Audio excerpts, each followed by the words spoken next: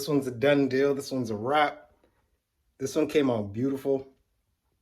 I'll explain during the video exactly why I left the texture, how I got the paint. Like, these really look like bones. Everything came out great. So in this video, this is the Majora's Mask from Zelda. Stay tuned. If you like the video, hit that like button. And if you like my builds, I'm always working on something. Right now I'm working on a Power Ranger sword, the Green Ranger. Hit the subscribe button and stay tuned, guys. Here we go.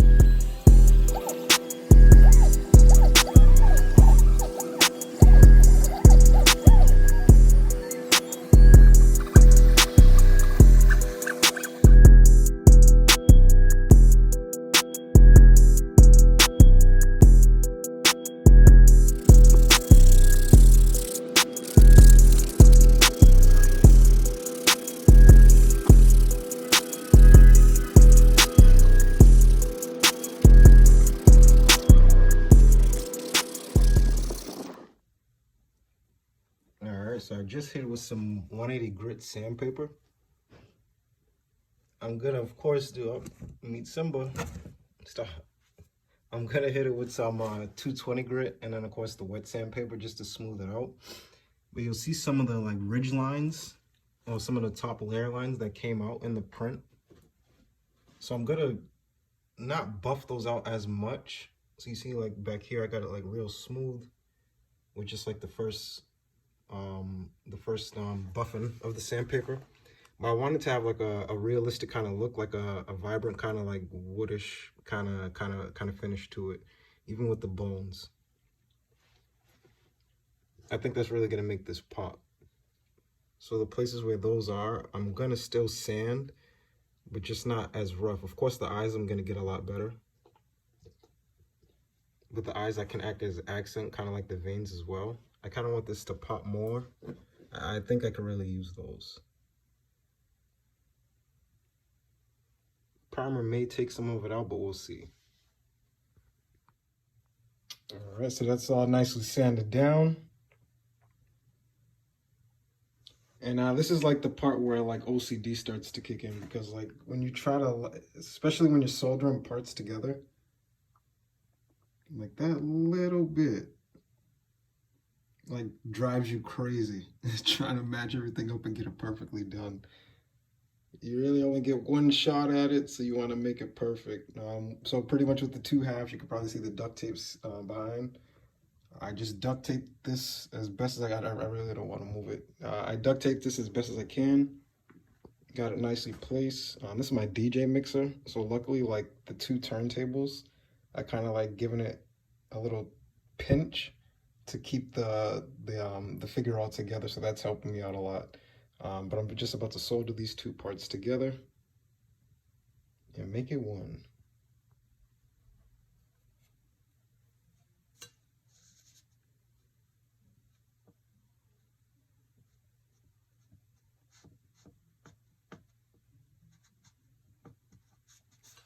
And what I'm doing is just going like left and right,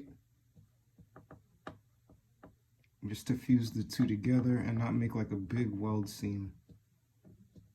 I'm doing this on the face. Ah, shit. Be careful, or stuff like that happens.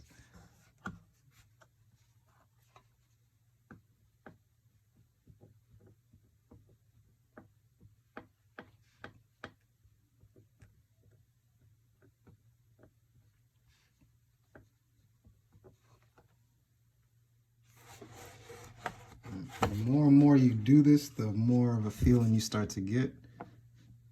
So just like small circles, and just like keep it moving.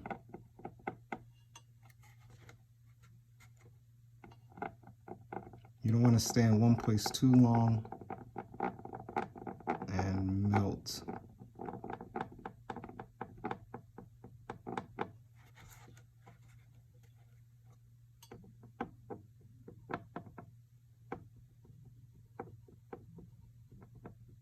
just like paintbrush strokes. And you'll start to feel it soften up and start to connect.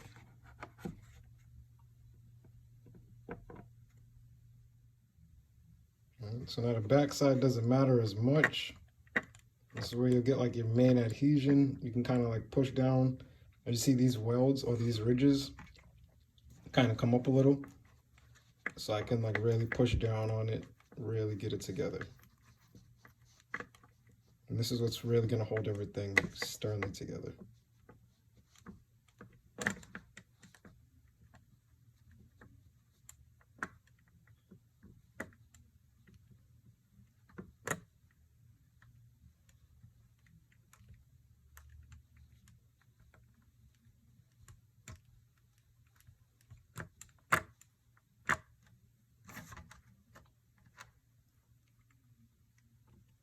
Careful with doing stuff like this, coming too close.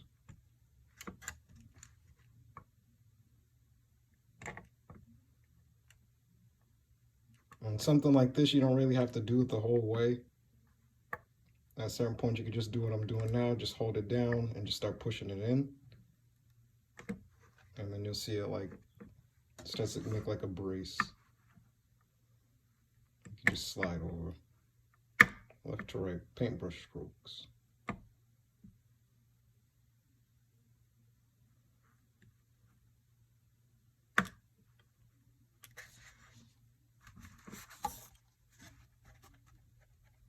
Now that's solid. And then from here, I just hit with a nice sanding.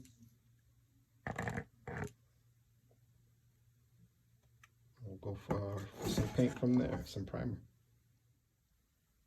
All right, so I did filler primer first, and now I'm using automotive primer. I'm gonna use the automotive primer for maybe a layer or two more, just because it comes out in this like dark gray blackish kind of color, and that's gonna be a good base coat for the paint.